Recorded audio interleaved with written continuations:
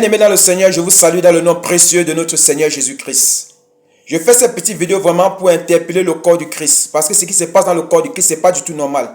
Le corps du Christ est sévèrement attaqué. Je pense que tout le monde a vu la vidéo qui circulait sur les réseaux sociaux où le prophète David Témé Jérémie est interpellé en plein culte. En plein culte, il est interpellé. Et les membres de l'église Christ Family ont fait des vidéos et des gens de bonne volonté dans le monde entier en ont fait aussi également pour vraiment demander sa libération. Et aujourd'hui, nous apprenons que c'est le prophète Eli Bada qui est porté disparu. Donc nous ne savons pas où il est, où il se trouve, on n'a aucune nouvelle de lui. Et aujourd'hui, j'interpelle le corps du Christ à prier, beaucoup à intercéder pour ces hommes de Dieu là même que le Seigneur a placés pour nous diriger.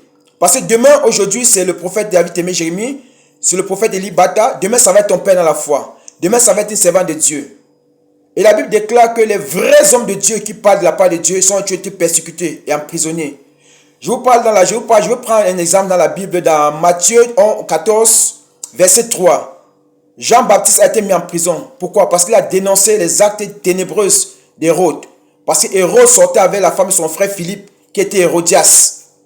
Et pour cela, il a été mis en prison. Cela ne veut pas dire que parce que Jean a été mis en prison, que c'est un faux pasteur ou bien un faux prophète. Mais il a été mis en prison parce qu'il a dénoncé la vérité. Parce qu'un homme de Dieu, un prophète qui est établi par Dieu, c'est quelqu'un qui parle de la part de Dieu. Parce que la Bible nous enseigne également dans Deutéronome 18, versets 15, 18 et 19, que Dieu donne l'autorité à ses prophètes de parler de sa part. De parler de sa part parce que, pour dénoncer les injustices.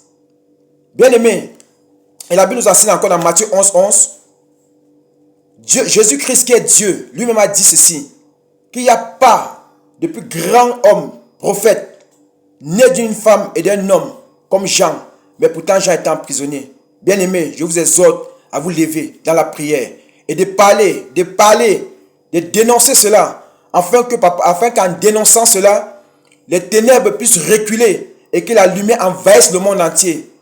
Bien aimé frère, demeurez bénis et intercédons et prions, ne baissons pas les bras, car en priant, en intercédant, en parlant, les ténèbres vont reculer.